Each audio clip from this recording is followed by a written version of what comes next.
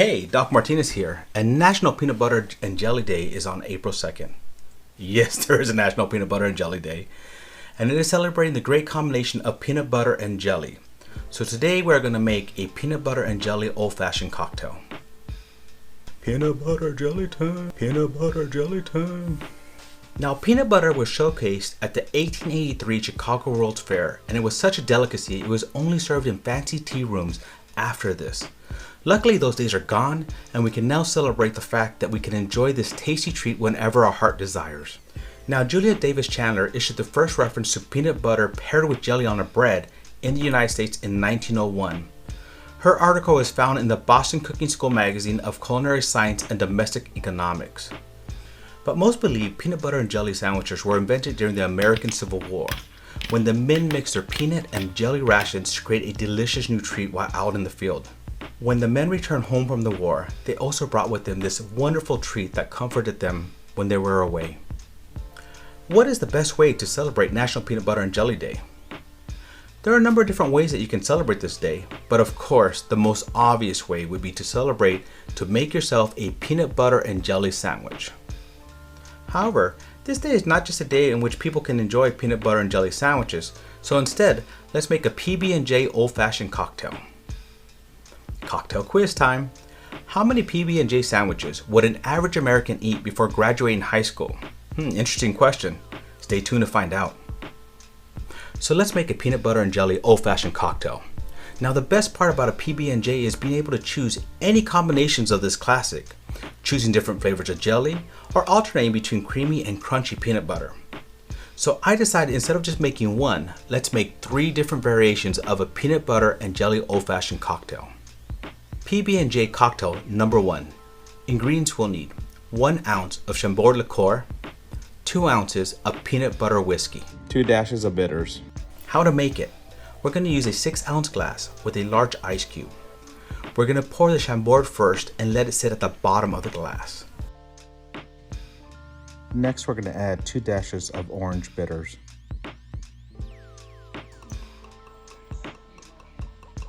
Next, we'll pour peanut butter whiskey and it will float at the top of the Chambord. We'll serve this garnish with fresh raspberries. PB&J cocktail number 2. Ingredients: 1 ounce of jelly simple syrup, 2 ounces of Screwball peanut butter whiskey, 4 to 5 dashes of bitters old fashioned, a small pinch of salt. Instructions for the simple syrup: mix 1 ounce of grape or strawberry or any flavored jelly that you desire with 1 ounce of water in a microwave safe container. We're going to microwave for 30 to 60 seconds until the jelly melts into the water. We're going to then stir this well, and we need to cool this down completely before use. Now to make the PB&J cocktail number 2. In a shaker, we're going to mix 1 ounce of jelly simple syrup with 2 ounces of Screwball peanut butter whiskey. Then we'll add 4 to 5 dashes of bitters, a small pinch of salt. We're going to shake well.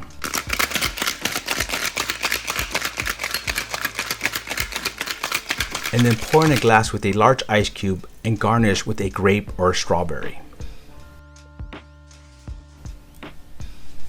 Now for peanut butter and jelly, cocktail number 3, the ingredients will be 1 ounce of peanut butter whiskey, 1 ounce of strawberry infused whiskey, and 2 dashes of cranberry bitters. Instructions for the strawberry infused whiskey: we're going to rinse the strawberries, making sure not to soak them. Then we're going to dry them and chop off the leafy tops and discard them. Next, we want to chop the strawberries into bite-sized pieces. Transfer the strawberries into a jar large enough to hold all the strawberries and leave a couple of inches of room at the top. Pour the bourbon over the mixture and screw the lid on tightly and give it a shake.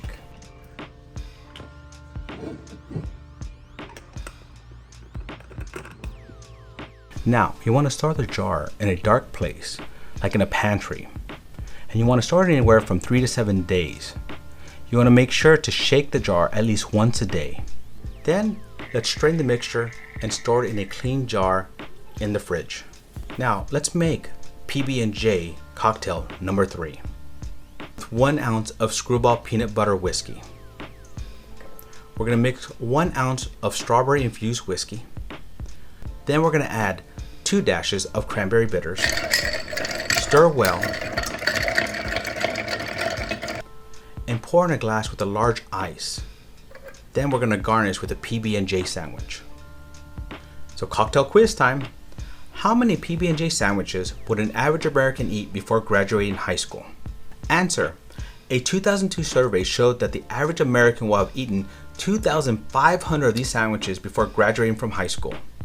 Alright, so here we are. Let's try these 3 versions of this peanut butter and jelly old-fashioned cocktail. Well, we will start with 1. Just take the garnish off and see what this tastes like. Unfortunately, it got watered down a little bit, but that's okay. The Chambord on the bottom with the peanut butter on top.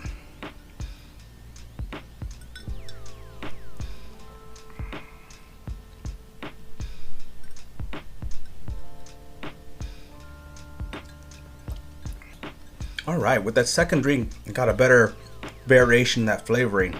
You have the peanut butter that hits you at first with that nice mix of that raspberry Chambord at the end. Very good drink, very well balanced. I actually really like this one. I thought it'd be my least favorite of the one, but it's the simplest, and so far, it's very good.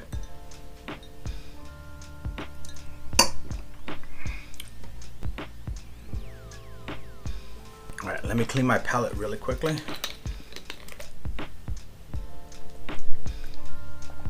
Now, we're going to try number 2. It's the peanut butter and jelly with the grape jelly. So, it has the grape jelly simple syrup in it with the peanut butter.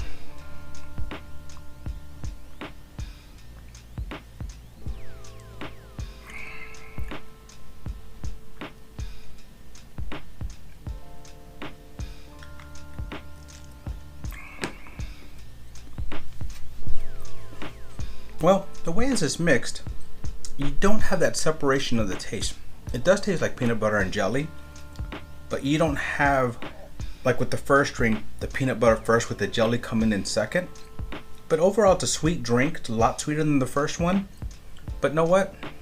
It's a good one. I definitely do this one again.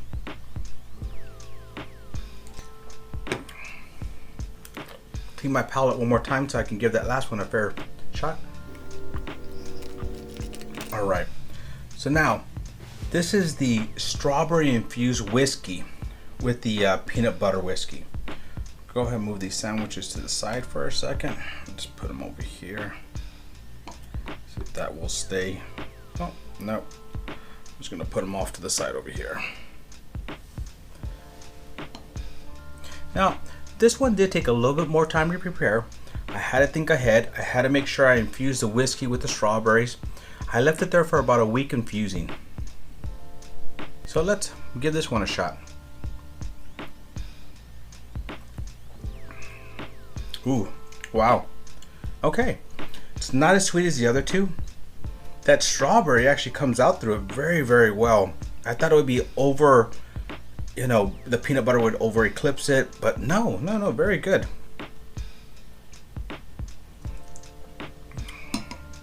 Wow. Okay, so let's go back through these. Number 1, easy to make, a good variation. You can taste the peanut butter on the top and then that raspberry at the bottom.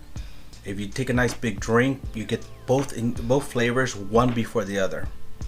Now this one, everything was shaken, so it's all mixed together very well. The grape is good in it.